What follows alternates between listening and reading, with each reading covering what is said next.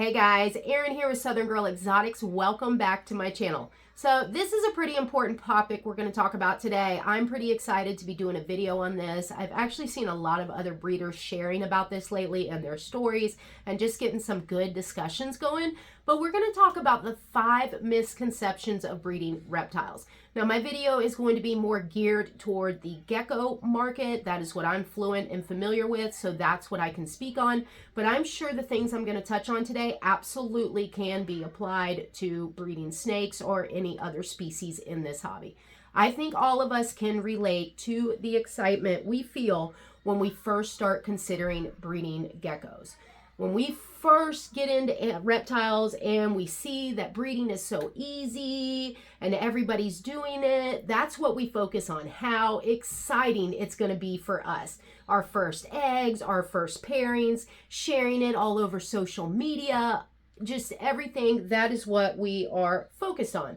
Well, unfortunately, there are some really other priorities, big priorities that we have to take into account if we are going to have successful breeding experience, and we need to be prepared for if we're going to have a successful breeding experience. But when we're so focused on the positivity and we're so focused on that exciting energy, we just overlook these things. Not to mention, a lot of the times, if we're not familiar with something, we don't know. You don't know what to research. You don't know what to expect. You don't know what to prepare for. And if information like this isn't out there and available for people to research and have a little bit of diverse opinions and experiences on it, then people are just set up to fail. So that is the point of this video. For me, this is what I see as the 5 biggest misconceptions to breeding. And I would love to hear if you guys have anything to add at the end of the video. But if you like the video, definitely give it a thumbs up. If you are new here, please subscribe, and I'll see you guys in a little bit. Enjoy the video.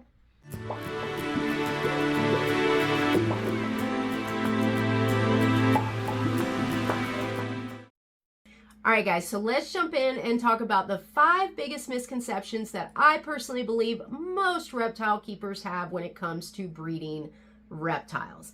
Again, this is going to be more geared towards the gecko market, but I'm sure other enthusiasts of other species can agree that these are probably popular misconceptions or misunderstandings that people have about the breeding aspect. So, number 1, breeding is super easy. Anybody can do it. You just got to throw 2 animals together and voila, success.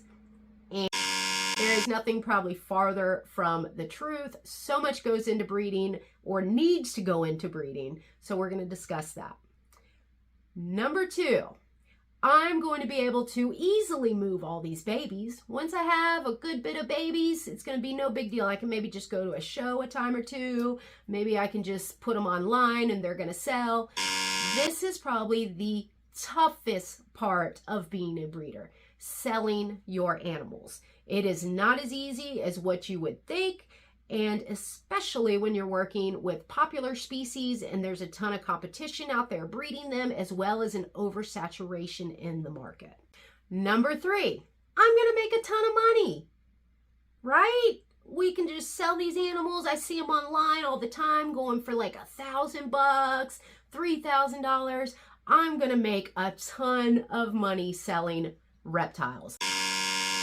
Another thing that could not be farther from the truth. This is really important because even though people don't like to talk about the money aspect of breeding and selling, there is an absolute priority for us to be able to make some type of return on these animals, to continue working for them and providing for them. So we're going to touch on that. Number 4. Having more animals is more important than having quality animals available. If I have more animals, I'm selling more animals. If I just have a few quality animals, I'm not making as much money. I can understand why people might have the logic like that. I don't know if y'all just saw that pee run down my hand, but yeah, that was pretty nasty. I understand why, especially people that don't really understand about consumer markets or selling anything really, would have that idea. But there are so many negative ways that you are contributing to our industry if that is your thought process when it comes to breeding a certain species. Not to mention how negatively you will be impacting the animals that you're working with. So we're going to touch on that. And number 5, it's going to make me popular in the hobby. Everybody is going to get to know me and they're going to support me and I'm going to make friends. And it is just a great way to kick the door open in the hobby and find my people. There are some amazing people in this hobby. I am friends with many, many people in the hobby. But I also know that this is a cutthroat industry with a lot of backstabbing, shit talking, really hurt your feelings human beings. So we're going to talk about that as well. So we've got number 1, which is super easy peasy to breed. Number 2, easily can sell my babies, no worries. Number 3, we're going to make tons of money. Number 4, quantity over quality. And number 5, everybody wants to be my friend if I'm a breeder. So let's touch on those. All right, guys, let's jump into misconception number 1. All I have to do is put 2 animals together and voila, I'm going to have tons of eggs. It's going to be amazing. That cannot be farther from the truth. All species are going to be a little different. They're going to rate a little different on how much damage and trauma they cause during breeding. Crested geckos, yes, are one of the more easier species to breed. Not only are they incredibly prolific, but they tend to not really get hurt very often during breeding. It's highly unlikely besides perhaps prolapses with your males. Nonetheless, most other species you do run risk with, and you do, one, need to be aware of those risks and be realistic in the fact that it probably will happen on your watch during your time trying to breed those animals. And it's not always something as severe as with leechies. Like Garg, sometimes you're just looking for too much scarring on the female. Sometimes you are looking for, of course, gaping wounds. Other times you're going to have to know and be familiar enough with the species that you're breeding to know if their behaviors are correct. Are they looking lethargic? Are they looking worn down and beat up after they've been paired together?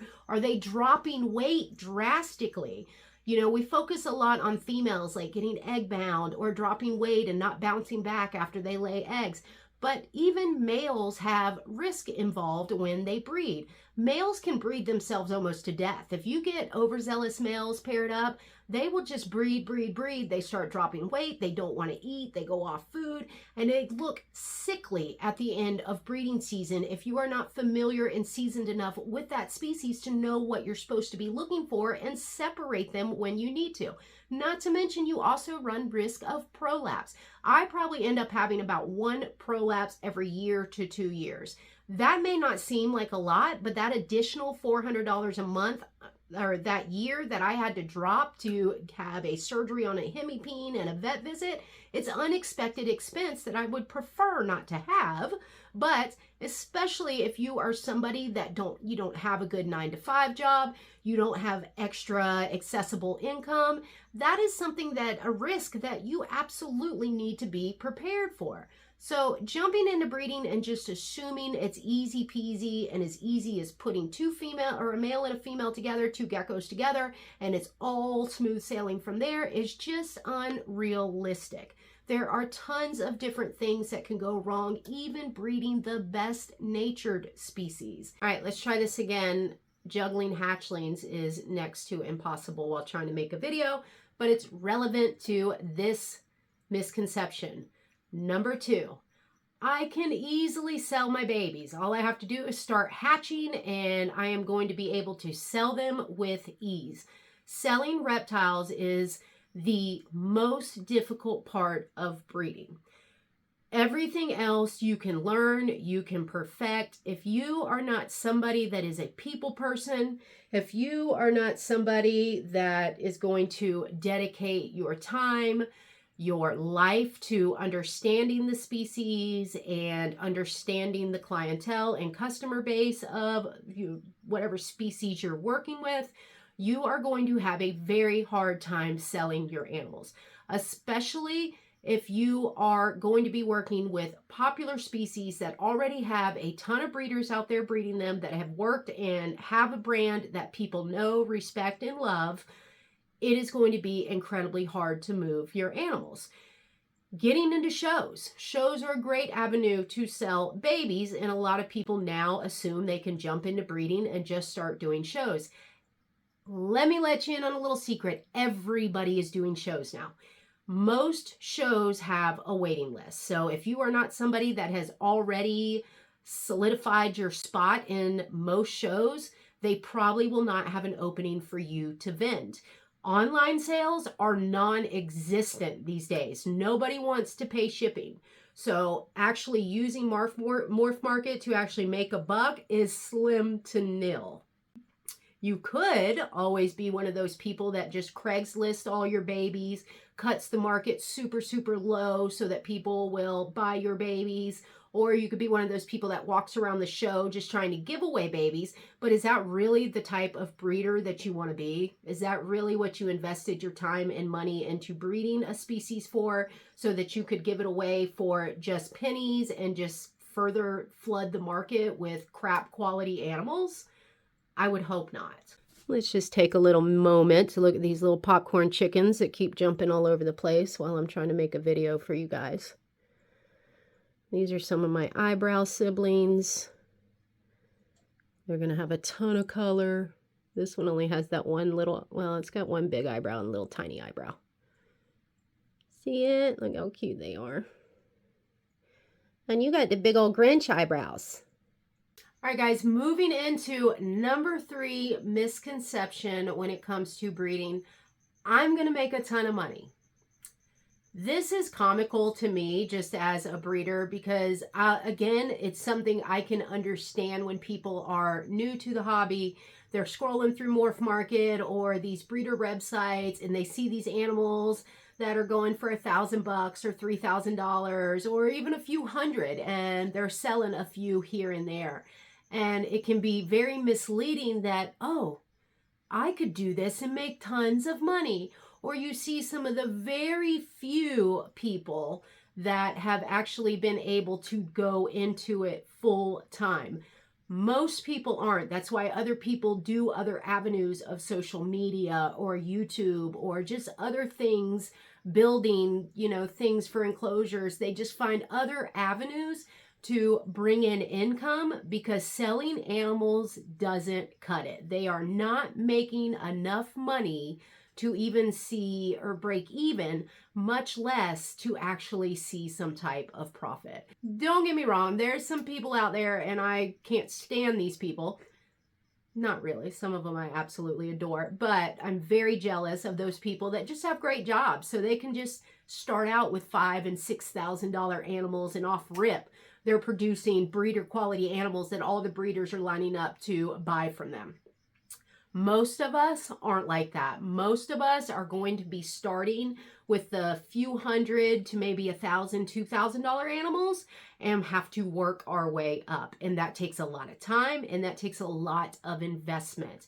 Not to mention, if we just take a look at what I spend a month on my animals, I have about 400 animals. And this isn't mammals, we're just talking reptiles. I have about 400 animals. Every month I spend about $600. I do a little over $100 a week on live feeders and then about $200 in Pangea a month. So that's about $600 a month. Now that's not counting paper towels that I have to replace every week. That's not counting any type of extra food dishes and things that I have to buy probably about monthly because they break and get tore up after washing.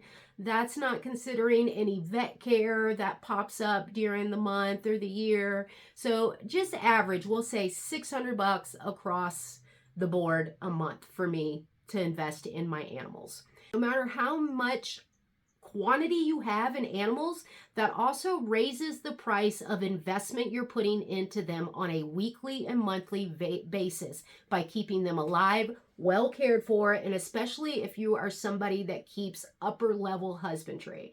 that even raises it more. So if you're ethical and you're a great breeder that actually cares about your husbandry, that raises it even more, because then you're buying bedding regularly, substrate regularly, you're buying plants regularly, you're replacing UVB bulbs and heat lights regularly. So that cost even goes up. So definitely don't get into breeding assuming you're going to make money.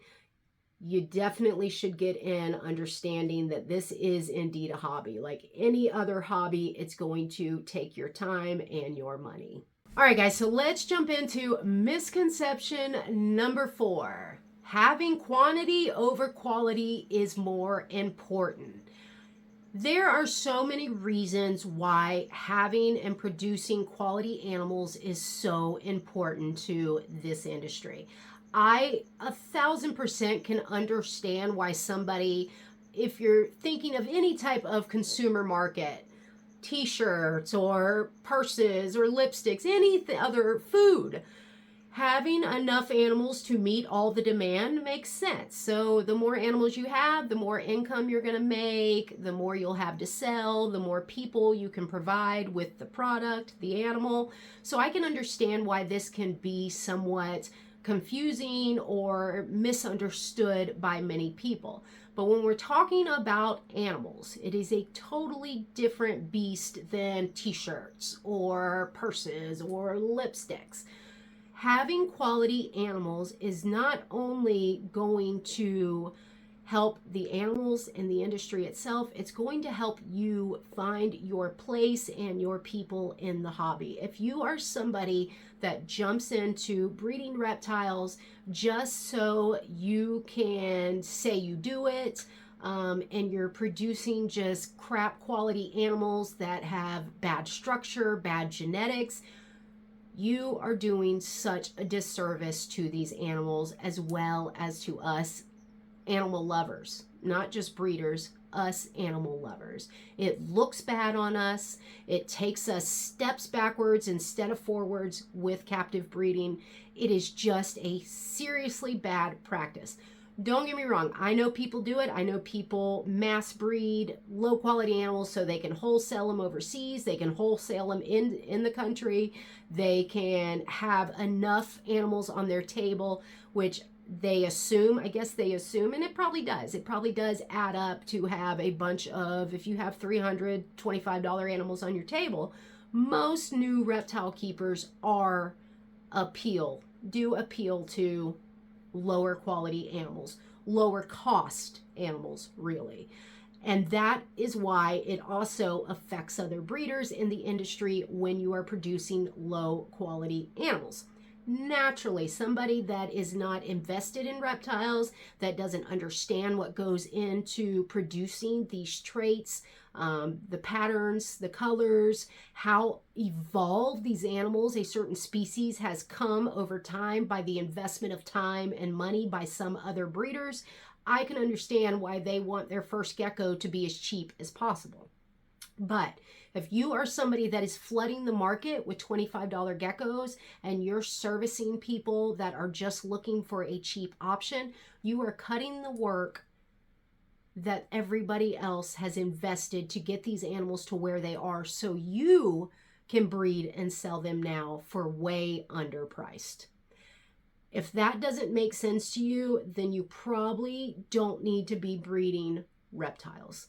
Also, I always like to look at it as, if I'm selling $2,000 and $3,000 animals, even $500 and $600 animals, people that invest in that are invested in that animal.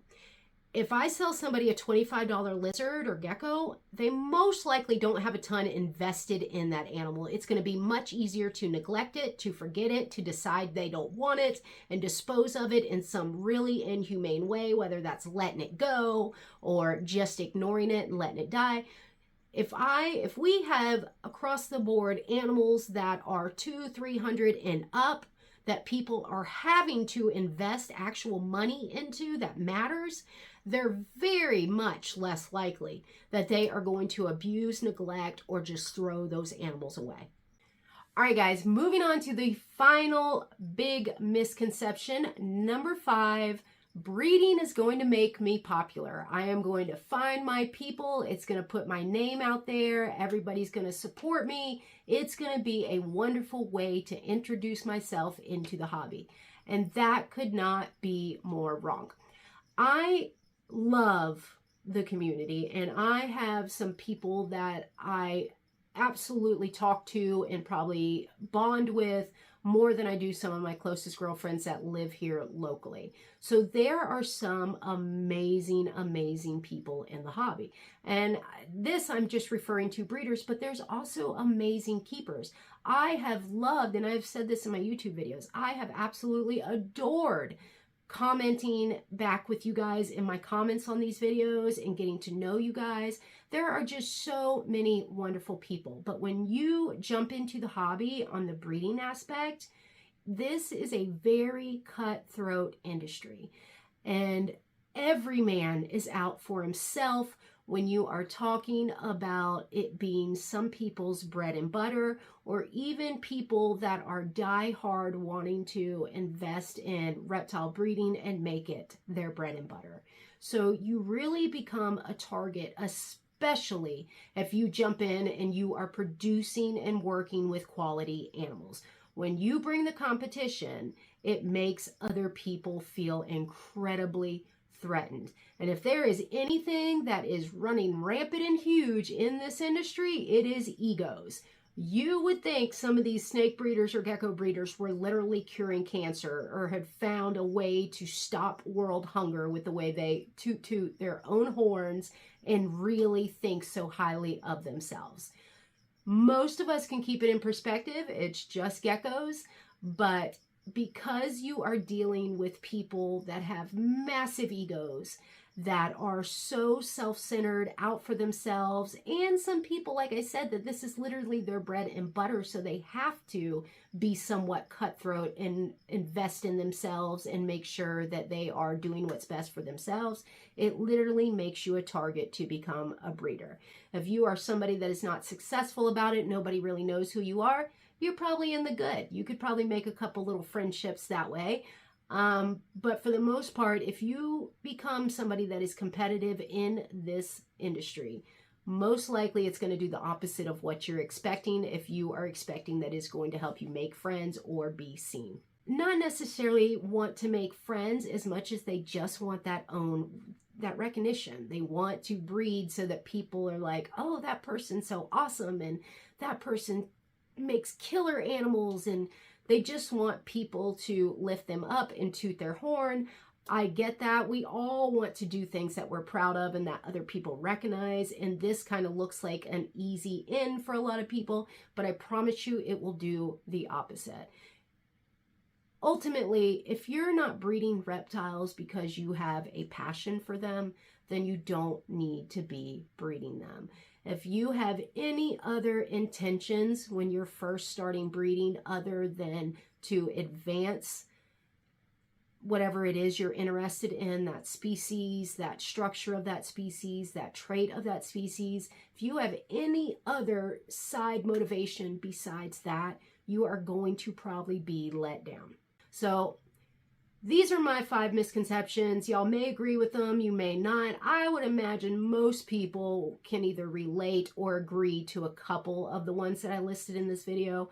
But nonetheless, I thought it was super important to put this out there so that people can start doing long, hard research, thinking, and consideration before they jump into breeding these animals, especially right now with the way the economy is, the way the market has crashed after the COVID days. It is a tough sell. It is incredibly tough to breed and not find yourself enmeshed with too many geckos, financial losses that you can't cover, vet care that you can't afford, just so many things that are eligible to go wrong if you're jumping into breeding right now that you wouldn't have to worry about if you, 1, were prepared, or 2, decided breeding's probably not the best way for me to hit 1, 2, 3, 4, 5 of those misconceptions that I named. Nonetheless, I hope you guys enjoyed the video. I certainly enjoyed making it.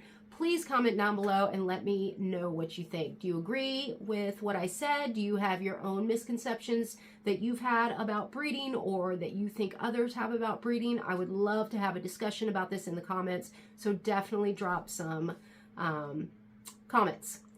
If you guys like the video, give it a thumbs up. If you are new here, please subscribe. And yeah, I hope you guys have an amazing week, and I will see you next week. Also, don't forget, head over to Instagram if you're not already following me over there. I have teamed up with 9 other breeders. I am doing another big breeder giveaway. 2 of the giveaways of the total of 10 have already dropped. Every Wednesday, I am dropping a different breeder and a different giveaway. They run for 4 weeks. Nonetheless, head over to my Instagram, which is southern_Gurl, GURL_exotics, and watch the videos that are pinned in the story highlights. It'll tell you everywhere you need to go ahead and get the entries in on the ones that have already dropped. And yeah, I'd love to have your support on these giveaways. It is a big deal for me to be able to do this for the community. And it's a big deal for some of these breeders to be able to get their brands out there, their animals out there, and really get the recognition that they deserve. I do not team up with bad breeders. I am very selective on who I choose to do my big breeder giveaways with. And I am in love with all the breeders that jumped on board this time. They are all amazing people with amazing animals. So head over to Instagram, definitely go and peep everything I'm talking about. If you do enter, good luck. And yeah, y'all have an amazing week, and I will see you next week.